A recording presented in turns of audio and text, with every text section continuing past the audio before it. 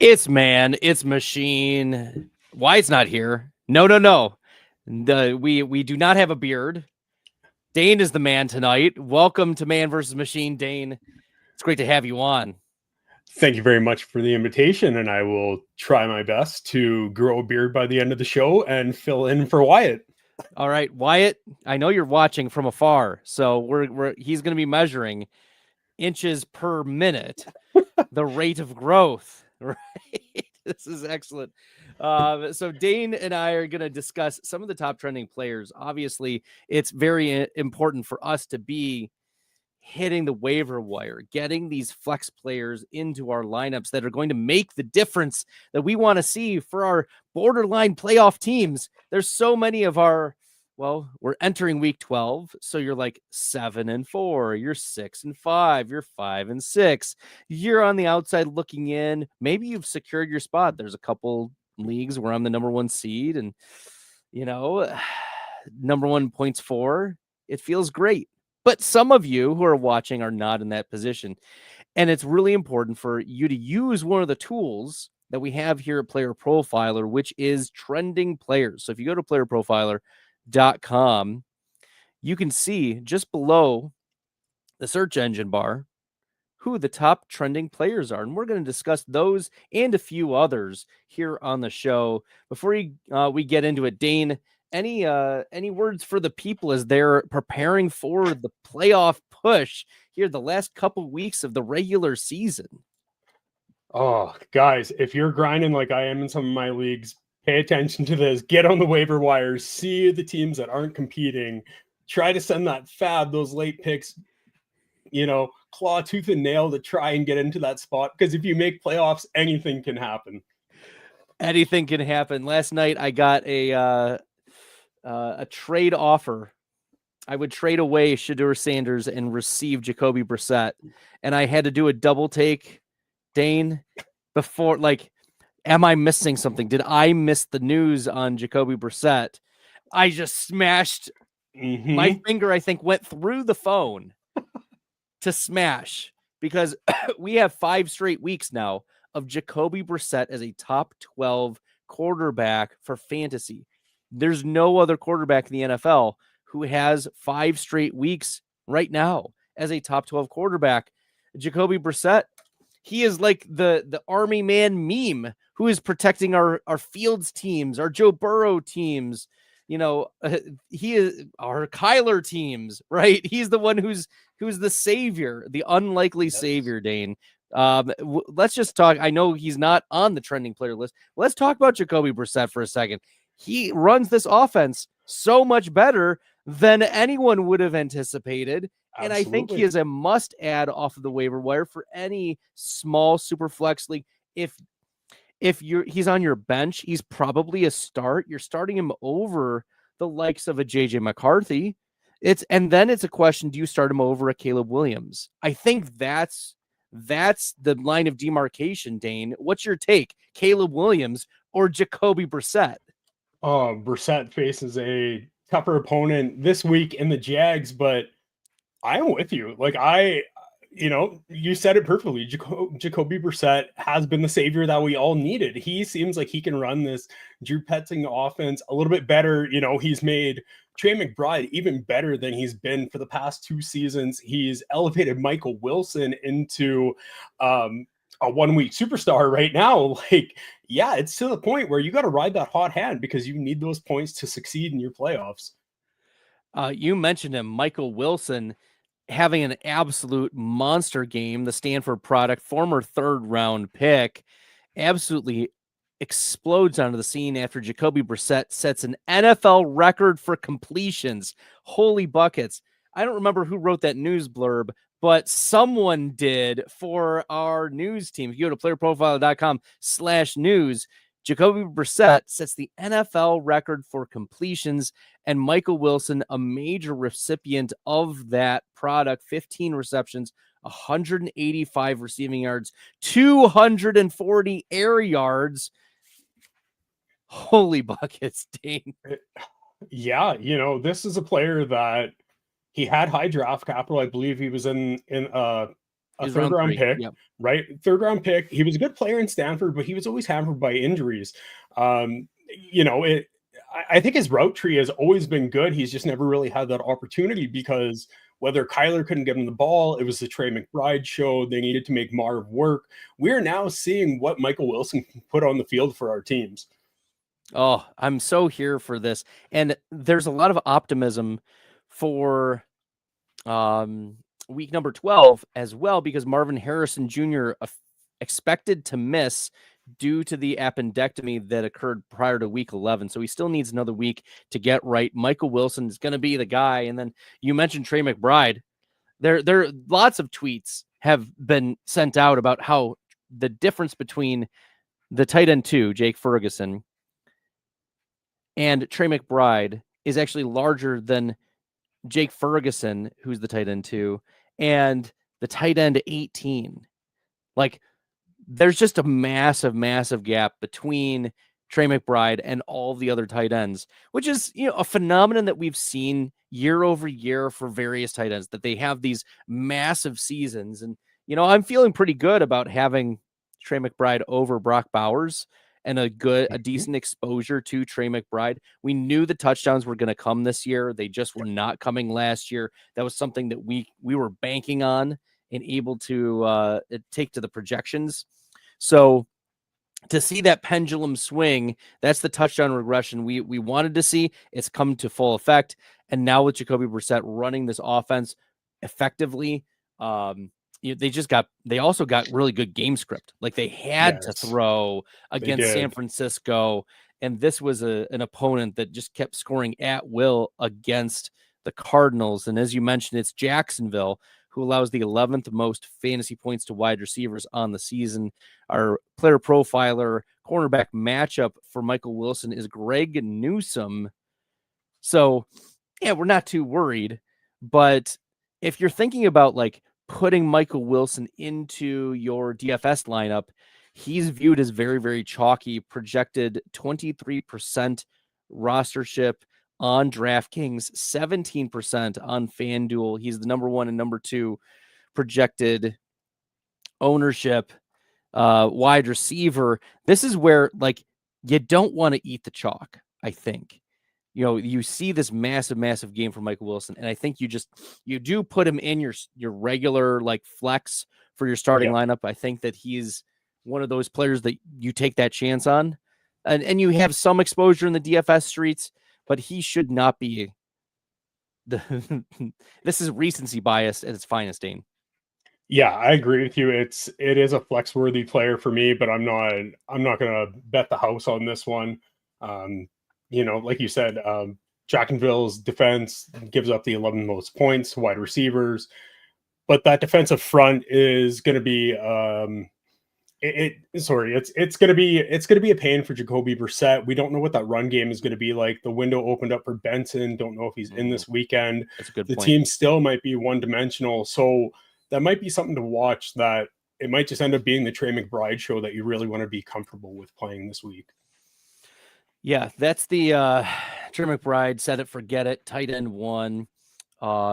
If we look at the expert consensus rankings for Michael Wilson among wide receivers, right? He's wide receiver 21 in the expert consensus on Fantasy Pros. So he is behind Michael Pittman, behind Zay Flowers, behind Roma Dunze, but ahead of Wan'Dale Robinson, DK Metcalf, Jawan Jennings. Is that the right spot, you think, for a Michael Wilson? Yeah, from the names that you listed, I'm comfortable slogging him there. I think I would like to put him above Zay Flowers. Just talking more on him. Lamar had another day off. He hasn't looked right since he came back. It's just a low passing offense where I don't think Zay Flowers should be, you know, a middle wide receiver 2. Yeah, Zay Flowers, unfortunately, you know, has gotten zeroed out due to the Lamar injuries or game script. And, you know, we'll occasionally see these spike weeks, and he does get good target share. But yet again, it's a run-first offense and a low-pass volume offense. So even if he does get a good target share, not there for Zay Flowers. Okay, we've got a couple questions in the chat. Let's take them. Let's take one of them, Dane. Alex D99223 from the YouTube says that he's trying to start one of these wide receivers. He's got Trey Tucker, Andre Yoshivas, or Greg Dortch. Now, Tucker, remember, Jacoby Myers traded. Yoshivas, Jamar Chase officially suspended for week 12. That's going to be a major wrinkle. And Greg Dortch, he might also be an interesting flex consideration in deep leagues if you are on the hunt for a pulse. Greg the Leg could be an option. But if you were picking, Dane, you had this decision to start one of these wide receivers, who would you go with? I'm going with Yoshivas. I think with the Jamar Chase suspension, it's going to be T. Higgins, but Yoshivas is a nice complement to that.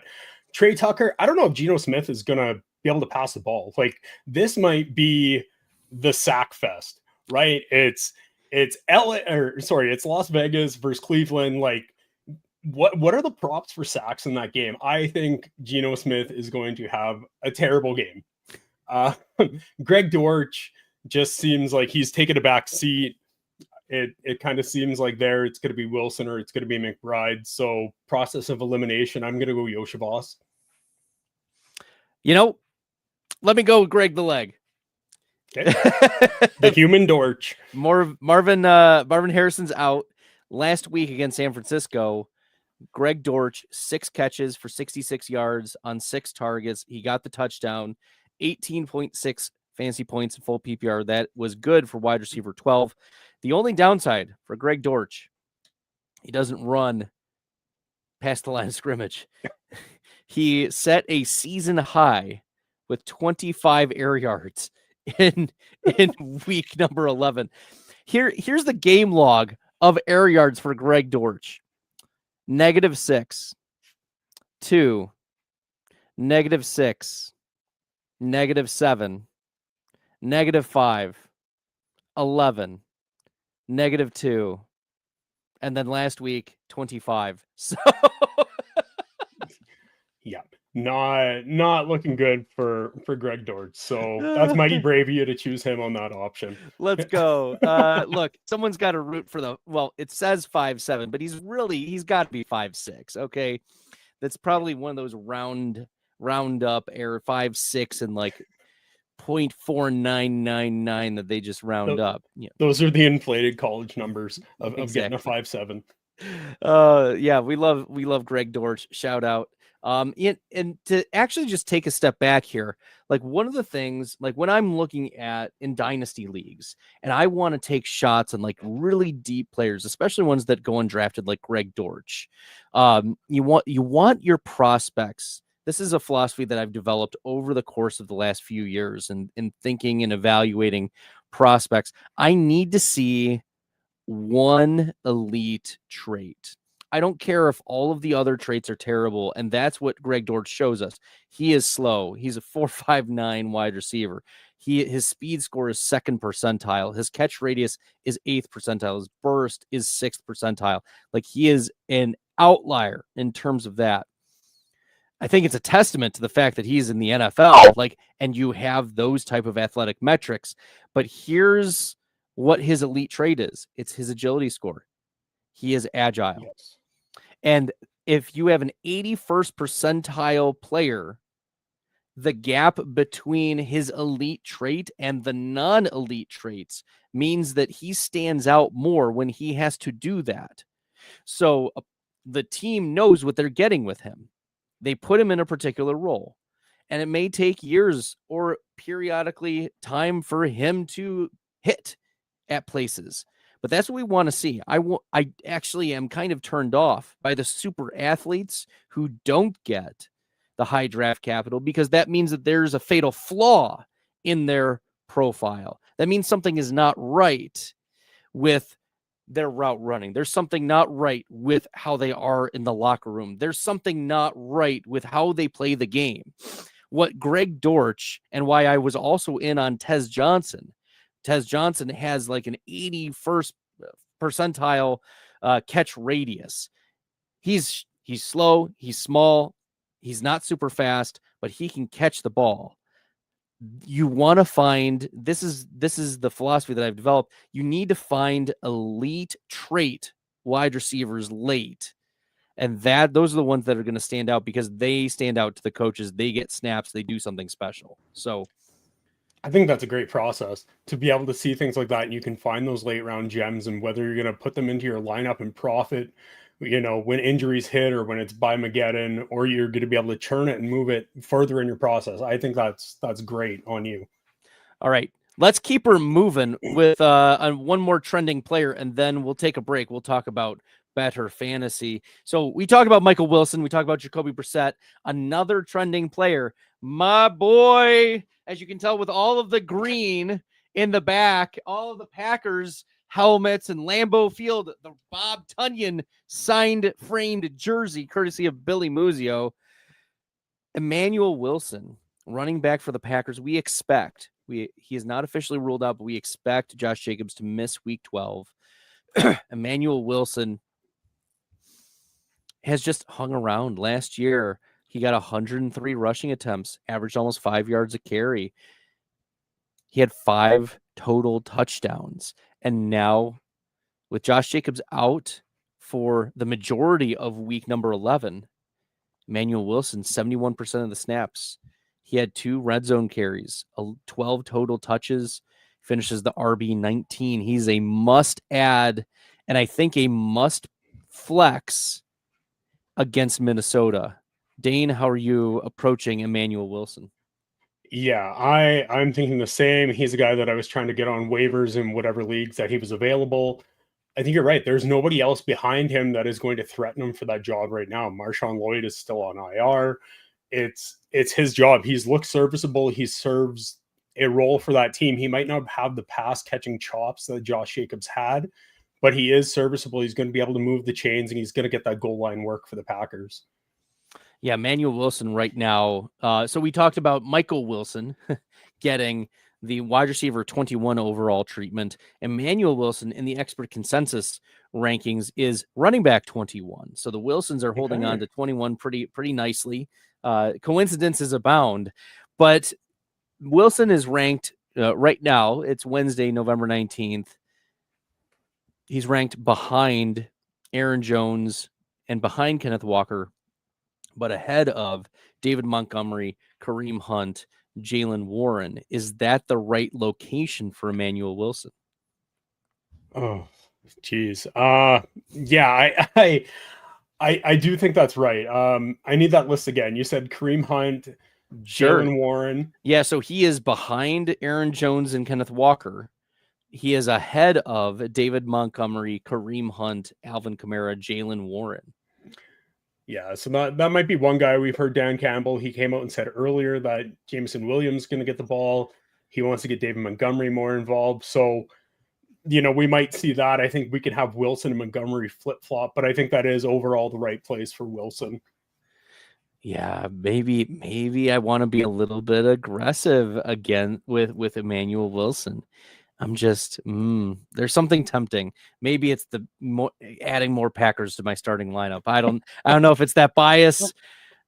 It's something too. We talked about backstage that something seems off with this Vikings team. The defense doesn't seem as formidable. I don't know if it's injuries or Brian Flores' packages just aren't working for them. It seems like this defense isn't, that aggressive against the run, and I just think that, yeah, you have a right to be aggressive with Emanuel Wilson in this matchup. And the Packers are favored by 6.5 points. Minnesota has given up the 8th most fantasy points to running backs. Emanuel Wilson proved last week that he's going to handle the snap share. He's going to handle the majority of the touches. Chris Brooks exists, but if I'm picking a running back for Green Bay, it's Emanuel Wilson. And for those who are trying to search Emanuel Wilson, it's Emanuel with 1 M. So just for the record, people, make sure that you're tweeting out appropriately that Emanuel Wilson is spelled with 1 M. All right. Any last thoughts on Wilson? Plug him in if you got him. great flex play. Get him in there. There we go. All right, we've got a question from Blur P on the YouTube. He said he traded Rico, Deebo Samuel, and Mark Andrews for Kyron Williams and Justin Jefferson. The league got mad at it, probably due to the name value, but we don't veto unless it's obvious, obvious. I didn't think this was, though. It didn't get vetoed. Any reaction to that trade there, Dane? I'm just trying to look at Kyron Williams, but just off the initial look, I will go and take Kyron Williams and Jetta in redraft. Kyron has proven that he is the bell cow on that team. He's still getting his snap shares. He's still getting the majority of the workload. Blake Corum's getting sprinkled in, but that is Kyron's job. It is interesting how the mighty have fallen here because Rico Dowdle, look, Chuba Hubbard was the guy. And then Rico Dowdle over the last 3 weeks, 25, 18, and 19 carries, even with a healthy Chuba Hubbard. He's getting 27 total touches, 21 touches, 24 touches, and a total of 14 red zone carries over the last 3 weeks. Oh, like that is Kyron Williams level. So like I'm fine with the Rico versus Kyron deal. And then you look at what Deebo has done this year. No Terry McLaurin, right? And Deebo himself has been dealing with injuries, but he's 13th in target share and was the wide receiver 5 last week against Miami. Hopefully Jaden Daniels comes back soon, but that elbow looked pretty bad. Mm-hmm. Yeah, I think that's one with Jaden Daniels that they should proceed with caution. I think Dan Quinn feels very guilty about keeping in on that game and getting injured. They also, coming out of the bye, they play against the Broncos, they play against the Vikings defense, the Giants, Philadelphia, and Dallas. Like that is a tough schedule to end the year going into your fantasy playoffs. I think I'll still take the risk that JJ McCarthy, as up and down as he has looked, that things will get right and Justin Jefferson will provide you with a higher floor and a higher ceiling. Yeah, I think it's so hard to move away from Justin Jefferson, especially in this context. One last question. Dak, Purdy, or Dart for week 12? Oh, the Niners play Carolina. Dart gets Detroit. And is Dart a for sure a go? Did he pass concussion protocol? Right now it was non-contact red jersey, but he was present on the field today. Okay. There's optimism that there's still a chance for him to play. Okay. So it's not a guarantee yet, but it's there's the door is still open for Dart to play, is my understanding at this point. So if you're concerned about Dak's matchup, I'm going to go with Purdy. I think he's came back. He's made Kittle look like Kittle again. CMC has been status quo. He's elite. Yeah, I'm going to go with Purdy on this. I just think that 49ers team is humming, and I like that matchup against the Panthers. Dallas at home in a dome against Philadelphia. Oh, that's going to be really hard to pass up, but Purdy looked amazing. As you mentioned, just about all the weapons are healthy. Juwan Jennings back. Ricky Pearsall is making progress. Kittle looks like himself. CMC out. All of it. I think you do ride Purdy. I think you ride him. That's the move. You stay that way. Okay. Cool. Well, we've got questions in the chat. We've also got a few more trending players. Before we get into that, a word from the Podfather about better. Let me ask you a question. If you had one player to pick, one player that's going to go nuclear this week, who would it be? And on Better Picks, that's all you need to do. They have a free player waiting for you in the app. You just log in and you see, okay, who is the free mystery box player that I get to ride this week? So download the Better app. Use promo code PlayerProfiler and watch your lineups cash. Maybe. Anyway, it's easy. It's free. And speaking of free, Better also gives you $10 of promotional funds, no deposits required, and Better has the highest multipliers in the game, 10,000x. It's crazy to even say it. It's wild. They let you win up to 1,000x on any 2 picks with their mystery multiplier. This big bang for your buck. It's simple. It's easy for beginners. So click the link in the description of this show. Better picks. Sports just got better with code Player Profiler. That's right. Use code Player Profiler. Let me ask you a question. If you had one player to pick, one player that's going to go off. That's great. If you had one chance, one opportunity, go to Better Fantasy and use Player Profiler code. You know the drill. Make it happen, people. The pre-show meetings are undefeated. Pre-show meetings are undefeated. It's excellent. Welcome back, everybody. Dane joining Bradley here on Man versus Machine. We are flying through some of the hottest trending players in the NFL. And you know what? This player is hot. He's hot, hot, hot. Went undrafted, though, and got an interesting landing spot now that Bucky Irving has been missing time and Rachaad White is who he is. Sean Tucker puts up a hat trick in week number 11 against Buffalo Bills. He had 19 carries, 4 red zone carries, and 3 total touchdowns. He was the RB2 on the week.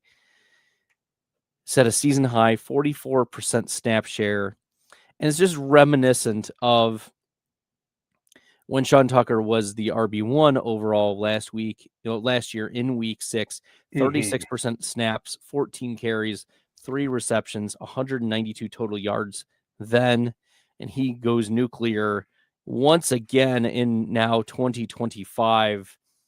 Are we going to see a changing of the guard in Tampa Bay as long as Bucky Irving is out? Is this Sean Tucker's backfield, or was this just the right game script against the right defense and everything just went right for Sean Tucker? Dane, what's the take? You know, this is what we thought last year, that Sean Tucker was going to come in and take over that job from Rachaad White, and I'm not so sure he does it again.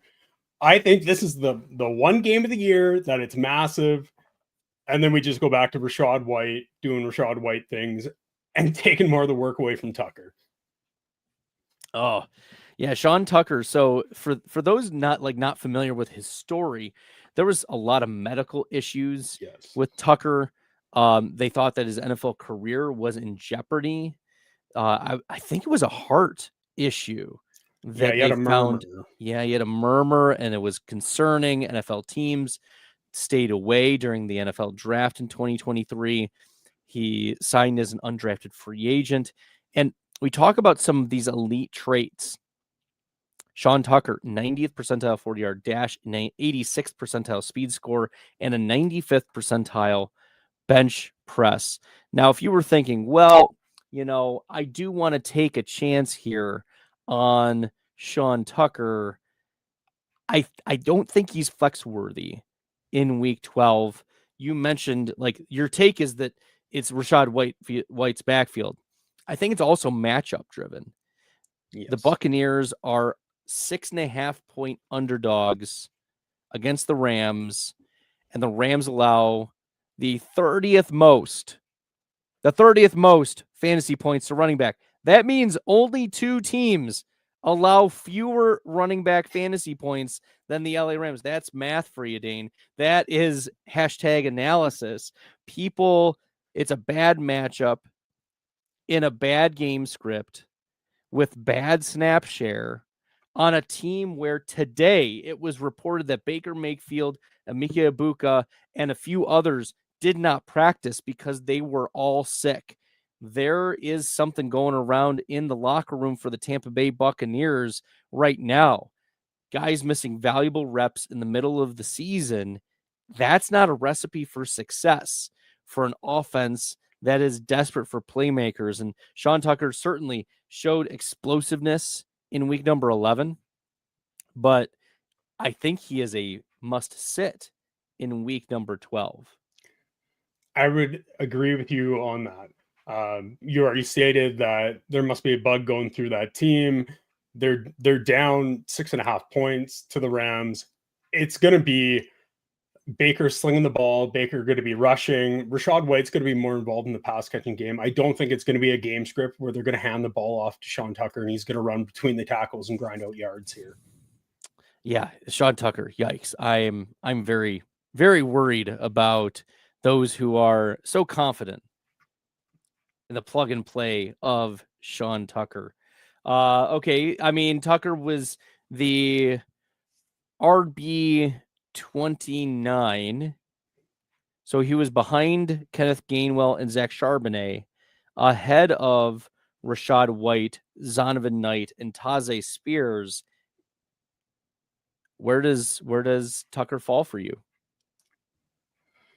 Tucker clearly falls behind Charbonnet and Walker for me.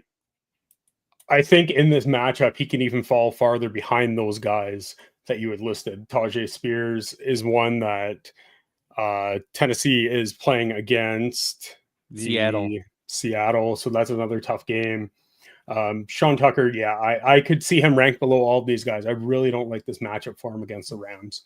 Do you let's keep going. Like Kyle Monangai, Devin Singletary, Tyler Algier. Tell me when to stop because we'll keep going. Keep going. All right. Blake Corum, Jordan Mason, Brian Robinson Jr., Bhayshul Tuten, Nick Chubb. Are we at that spot now? Yeah, he's ahead of Corum. Okay. But Tuten is a guy that we're going to get to later on a trending player, but he should be higher than what Sean Tucker is right now. I think that ranking for Tuten is a little bit disrespectful. There you go. We're moving up Bhayshul Tuten, especially because both he and Travis Etienne currently listed as questionable for Jacksonville's game at Arizona on Sunday. All right, you want to dive into Tuten? We can dive into Tuten. Let's get into it. Rootin' Tuten, running back for the Jacksonville Jaguars. And he is a player that is near and dear to my heart, Dane, because in the pre-draft process, I was like, this guy, he looks so good. I want all the Bhayshul Tuten. I want to draft my big boards. I want so much exposure to him. Oh, baby. And so I was getting a lot of last round Bhayshul Tuten. Oh, yes. And then he goes and pulls a CJ Spiller and puts up amazing metrics at the combine and then proceeds to rise 5 or 6 rounds of ADP. And they're great. It locks in all of my amazing value of Bhayshul Tuten, but it also makes him inaccessible until post NFL draft best ball leagues. So, this is a player who's 100th percentile 40-yard dash, 98th percentile speed score. And now you've got, a player who 15 carries, 74 total yards. He got his touchdown. He was the running back 20 last week. And this is the third time this season where Bhayshul Tuten has been a top 24 weekly running back. I guess my only concern is that the snap share is not there. When he was on the field, he was getting carries, but he's not on the field for almost anything else. He ran, he got no targets, caught no passes. He was clearly one-dimensional in this Jacksonville Jaguars offense. And my concern is that will limit his ceiling if he's good to go for week 12. Reports that I have seen is that ankle is good. He's good to go, but we'll hear more about it on the news desk and we'll get stories to you guys right away. In that first half, he was out snapping or right on par with Travis Etienne. 8 of his 15 carries have gone for over 5 yards or a touchdown. The acceleration and the burst, I just like you, was very high on him. I think I'm sitting at close to a 60% rostership in my dynasties. I really thought that Travis Etienne was washed and it was not going to be a post-buy rookie bump, but it was going to be Bhayshul Tuten coming out day one and taking that job. Well, first preseason game he fumbles. I think that set him back a little bit. I do think that Tuten is going to have a role in this offense. He's clearly the most electric player out of this Jags backfield. It was concerning, however, LaQuint Allen was getting more snaps than him at times. So I'm just going to hedge and say that it was more of a long play and my shares are okay on this. But it is a bit concerning that ETN has had a resurgence and taken more work than I certainly expected. Yeah, Tuten is man, oh man. Not getting day 2 draft capital was a bummer for me. But he gets a tough matchup against Arizona. They allow the 21st most fantasy points to running back, so not a cakewalk. Certainly like middle of the pack, but lower middle of the pack. Also, Jacksonville, 3-point favorites in this game against Arizona. So they should have a good enough game script to keep them in it. But the Travis Etienne situation is definitely worth monitoring because he's been holding on to that job when, as you said, like we weren't sure whether he would. Etienne, the RB15 on the season, and he's been hovering at about 50 to 55% of snaps pretty much all season. But then last week, week 11, 49% of snaps, but he did have 19 carries, no catches, 2 total touchdowns, and he's been a top 13 running back each of the last 3 weeks. So I think it's hard for me to just plug in Tuten. It's more of like a desperation flex that I view Tuten as right now than someone that I have confidence that we're like seeing a corner turn. I don't see that yet, Dane. Yeah, I agree with you. I much like you just said, Arizona is a sneaky defense. They've really, pulled up their socks this year and they are good against the run. So I think if you have to play Tuten, you throw him in your flex spot. If you have other options, I'd probably lean that way. Yeah, it's tough to be a Tuten believer when he's not getting the snaps.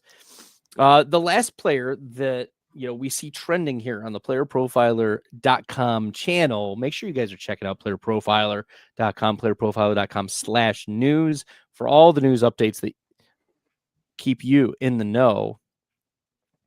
Wide receiver for the Buffalo Bills, Tyrell Shavers, got a lot of love in the offseason.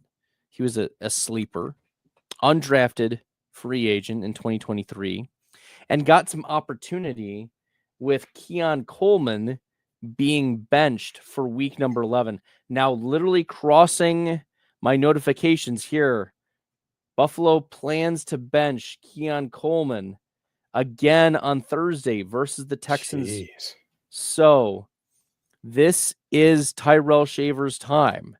This is when you play the 6'4", 211. Like Keon Coleman was loved for his size. Tyrell Shavers, a 1-to-1 correspondence for Keon Coleman, like in physical build. Shavers, 4 catches, 90 yards, 86 air yards, 5 targets, ran 12 routes, 53% of the snaps, which was a season high for him, and then finished as the wide receiver 10. Yes, there was like a big play for Shavers, but it was encouraging to see him get snaps, to get tie a season high in targets, and then to produce for fantasy. If I'm picking flexes, Michael Wilson, I would start over Tyrell Shavers. Emanuel Wilson, I'd have over Shavers. I would. This is a tough one, whether Tuten or Shavers, but with the Keon Coleman news, I'm like 50-48 leaning towards Shavers, given that news. Dalton Kincaid ruled out as well. Curtis Samuel ruled out. So this is definitely his opportunity, right? Who else is there to catch passes? You have Elijah Moore, you have Khalil Shakir. Elijah Moore was out last week. We'll see if Elijah Moore. So now is Josh Allen just gonna, put the team on his back again and rush for 3 touchdowns?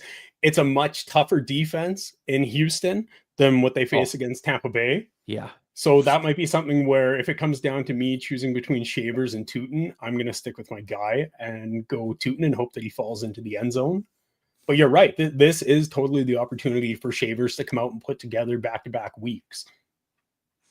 Yeah, the Houston defense overall has been very, very difficult. They allow, they're not as tough against wide receivers. 21st overall, still tough, still nothing to sneeze at. It's not a cakewalk matchup, and Houston brings a lot of other ways in which they can beat you. They are overall one of the most difficult defenses in the NFL, just across the board, and so well coached. But given all of these players that are out for Buffalo, give me another shot at Tyrell Shavers. Let me look at where he is on the expert consensus rankings. He's right now wide receiver 64. So like behind, Shavers or Joshua Palmer. Shavers. Okay. Good.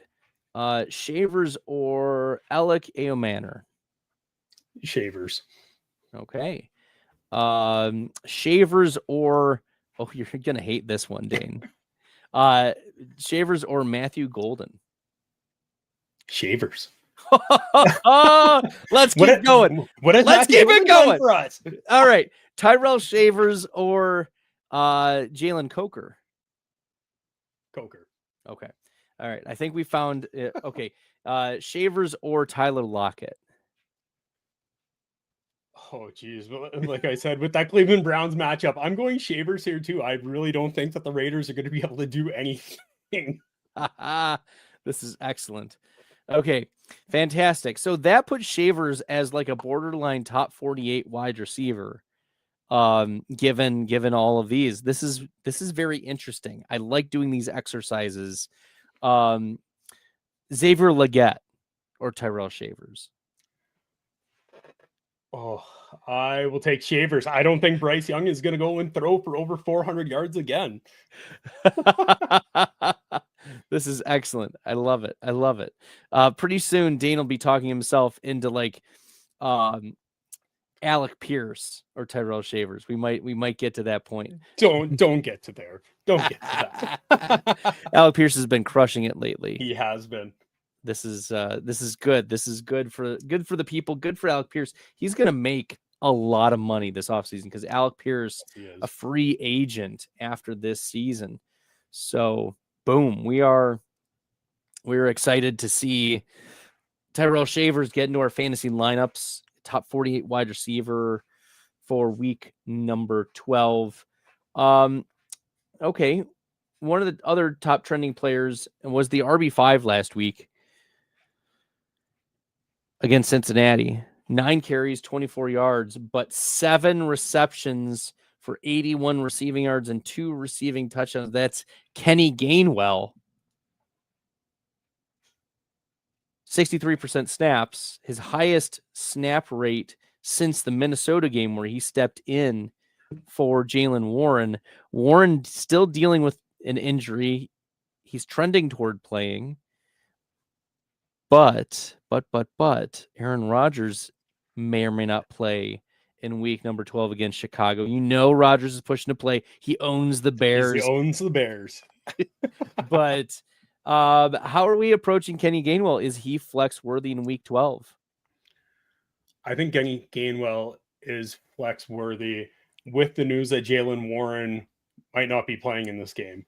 And really at this point, is Mason Rudolph a downgrade from Aaron Rodgers? He is. Okay. Drastically. Because since Rodgers has hurt, it might not have been as reported, but he did hurt his finger on his throwing hand, and you have seen the regression in his game. I think Kenny Gainwell against the Bears can be a serviceable player. Ooh, there we go. Gainwell was the RB28 in expert consensus. Kenny Gainwell or Emanuel Wilson? Wilson. Interesting. Kenny Gainwell or DeAndre Swift? Swift. Okay. Kenny Gainwell or David Montgomery? Montgomery. Okay. Interesting. Gainwell right now is the Steelers are 2.5-point dogs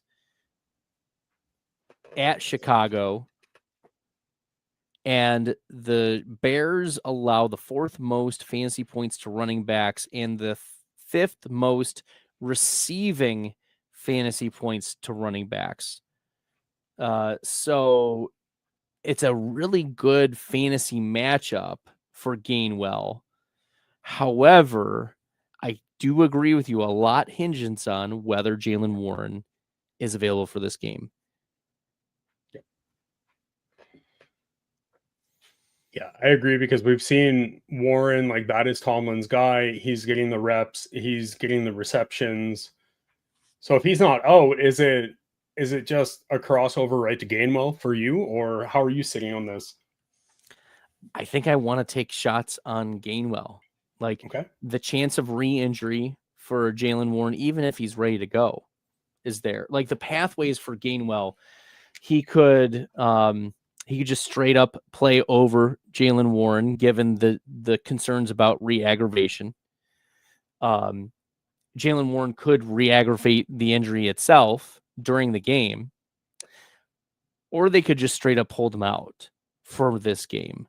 There's a lot of pathways for Kenny Gainwell to get work, and really the only pathway for Kenny Gainwell to get extinguished for fantasy is if Jaylen Warren plays a full complement of the snaps and is effective, and the coaches are confident that he's not going to re-aggravate anything. I think that's a lot of ands together. I think that Kenny Gainwell, who is the RB25 for fantasy points on the season, deserves to be a top 24 consideration this week. Yeah, now that you lay it out like that, you're right, because they are still leading their division. They might want to be conservative with Jaylen Warren. It might be playoff implications here for them, so they might want to sit their RB1 and run Gainwell. Dane, you have been so generous jumping in as a guest. I've got one last player that I want some takes on. I want the dig deep. It is not in the show sheet. He is a deep cut trender, but has gained the headlines, was forced into a starting position a starting position last week, given the Dylan Gabriel concussion. And now Shadeur Sanders officially named the starting quarterback for Week 12 for the Cleveland Browns. This was about the time where I thought that Shadeur would get some exposure. The Cleveland Browns have nothing to lose except games moving forward. The only thing to gain is information. If you are the Browns, you're information gathering at this point. You've gained enough information about Dylan Gabriel to know he's not good at football. You definitely have enough information at NFL live game speed. Dylan Gabriel doesn't have it. He's not pushing the ball down the field. He's not going to get you to be able to win games at the NFL level. He is a serviceable quarterback. He might be like a Ken Dorsey, who ends up being a good coach and a good locker room presence, or a Brian Hoyer, or like those types of quarterbacks that stick around for a while because they are good supports and they can step in a pinch and it's not going to go completely sideways like Nathan Peterman. So you have, but we don't know what's in the mystery box for Shadeur Sanders. The coaches have seen it in practice, but he's got some tools that are interesting. He's got better size. He's got better arm strength. But he went 4 for 16 and a pick for 47 passing yards in week number 11. Yes, it was Baltimore. Baltimore is super tough, and they were playing either a close game or behind. when Shadeur took over. Are you in any leagues shoving Shadeur Sanders into a desperation super flex spot? No, not at all. Like, I understand that there's a complete divide in the two hives. You either love Shadeur Sanders or you hate him. And by my response, I'm assuming you know what side I'm on. He comes in as the backup. He's waving to the crowd as your starting quarterback is getting taken off the field with a concussion. It's his footwork is not anything reminiscent of what an NFL quarterback should have. Like, to me, it's just he's making it up as he goes. He's taking too much time. He had that one nice throw to Harold Fannin, but it takes too long to process it. Has taken big losses, and now he has to face Max Crosby. Like, if that's a welcome to the NFL moment. So like you said, they're going to have information. Stefanski's came out and said that, backup quarterbacks, they don't get reps with the starting players, blah, blah, blah. I'm going to start this guy to show ownership that your draft pick is not going to work out. I'm not starting Shadeur Sanders if I had him anywhere. And in 22 leagues, I don't think I have one rostership of him. Yeah, I traded my one share. Actually, so okay. I traded for Shadeur Sanders only as part of, like, he was part of a package, and I needed a super flex. I needed a long-term super flex piece, just like this is a league that is like super sharks and high stakes, and like all of the Kyler Murray is out for me. I only have Caleb Williams as my other quarterback. It's desperation time. I've had to start other players in the super flex spot. So I was like, you know what? Let me take a dart throw at Shadeur Sanders. But the main purpose of that trade was to get Parker Washington on my team, because I needed wide receiver help, because I had like 3 guys on the IR for wide receiver. It was disaster zone. At any rate, I promptly traded my one share of Shadeur Sanders for Jacoby Brissett. So I told, if people were listening earlier in the show, yes, that share did not last very long there, Dane. And you totally redeemed yourself. Yes, I did. There you go. So Parker Washington, that's a great pickup, because Jacoby Myers is starting to settle in. Travis Hunter's out. We don't know how long Brian Thomas Jr. is going to be out with that ankle injury. Right. So I like that pickup of Parker Washington. And who the hell doesn't want Jacoby Brissett right now? Right. I don't care where he plays next year. What he's doing right now currently for me, plug him into my lineups and reap the rewards. There it is. There it is. We've got a couple questions in the chat, and then we'll call for the night, Dane. I'm setting waivers. Do I go Wilson, Gainwell, Tuten, Tucker? Or is there another order that you would prioritize? I like that order like we talked. I might swap Tuten and Gainwell, because like I said, that's my guy. I do like having Emanuel Wilson first. I think that is the way that I would leave them set in that priority.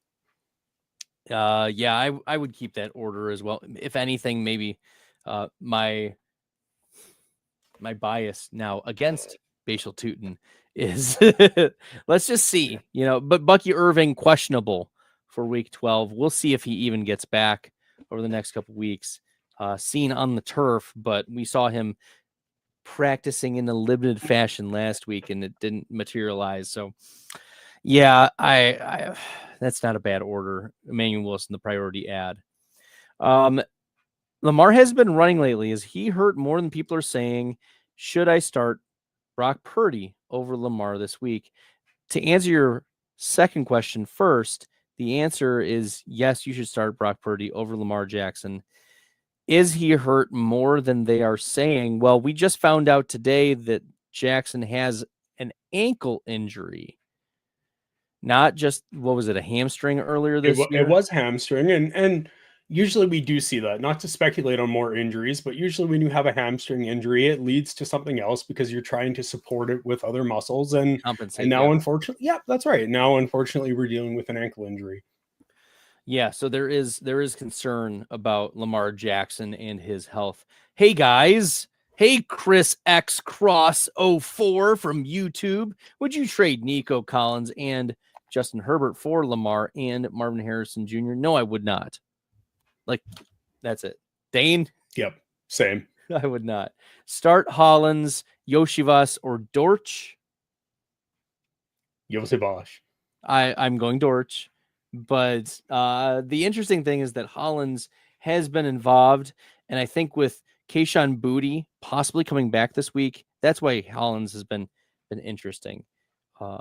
If you're desperation, like Katamari 47, you know, this is where you're thinking maybe I just need to throw back Hollins into my lineup. Should I pick up Bo Nix for Cade Otton Ice Cold Jones 498? I have Dart and Darnold. I don't think you need to pick up Bo Nix. Yeah, I think it's unnecessary right now. I'm just looking at the schedule. Darnold plays Tennessee, Minnesota, Atlanta, Indy. That's a juicy lineup going forward. I like that. I like that lineup. Hey, guys, should I trade Tet McMillan for DeAndre Swift? My other wide receivers are Devontae Adams, Jamar Chase, CeeDee Lamb, Jennings. My running backs are Henry, Henderson, and Hampton on IR. I would lean no, because you'll get Chase back next week. You need Tet to step in for Chase this week. And then Hampton may be back in week number 13. And so you're trying to decide, well, I've lost Tet and I'm getting Hampton. Like, the Hampton is back. So you've got your replacement. You found your solution to that running back role. Hopefully Hampton is back after the week 12 bye. I think you could even argue with that trade that you can aim a little bit higher than DeAndre Swift. Yes. There you go. Tet is the number one wide receiver among rookies in receiving yards. So there we go. Is Vidal worth a hold or a drop? I mean, you're holding on to him until you get word that Hampton is available. And should you drop Bill? I think the answer is yes. Yeah, looks like Rodriguez has taken that job and he's not giving it back to JCM. You mean Captain Rodriguez? Sure, let's call him Captain Rodriguez. I mean, he was named captain for that That's week, true. which was wild that you have a player like Chris Rodriguez who, like, out of nowhere is now named a captain. That really does speak to how the coaches view him and his teammates view him. They would not have named him a captain if that was not the case, especially in the running back position, given his pedigree. Like, yeah, Chris Rodriguez earning that captain role. And when you have teammates and coaches, like, the attitude of teammates and coaches most affects the running back position, because it's who can I trust? Who can I give work to? And he was arguably fourth on the depth chart to start the season. Yep. And to see this rebound is great. And it, like you said, it shows the trust that the team and the players put into him. All right, Dane, any last words for the people? Where can they find your work? Follow you on the socials. Give us the deets. Good luck in your weeks. Hopefully injuries don't decimate the rest of our lineups. We've been seeing so far this year. It's been absolutely brutal. You can catch more of my work at the Player Profiler News Desk. Bradley and Jeremiah, thank you for bringing me onto that. That's been a blast this year. I also started my own show, the Mad Market Value Show, that airs on Player Profiler now Wednesday mornings at 8 Eastern Standard Time. And I'm also co-host of The Last Call for Fantasy Sports Advice Network, where we just do a recap of the week of football. All right, Dane, it's great to have you on Man versus Machine. We're ready to crush week number 12 with these trending players. Get them in your lineups, make the waiver calls. On behalf of Dane, I'm Bradley. Until next time, good luck in the fantasy football streets, everybody.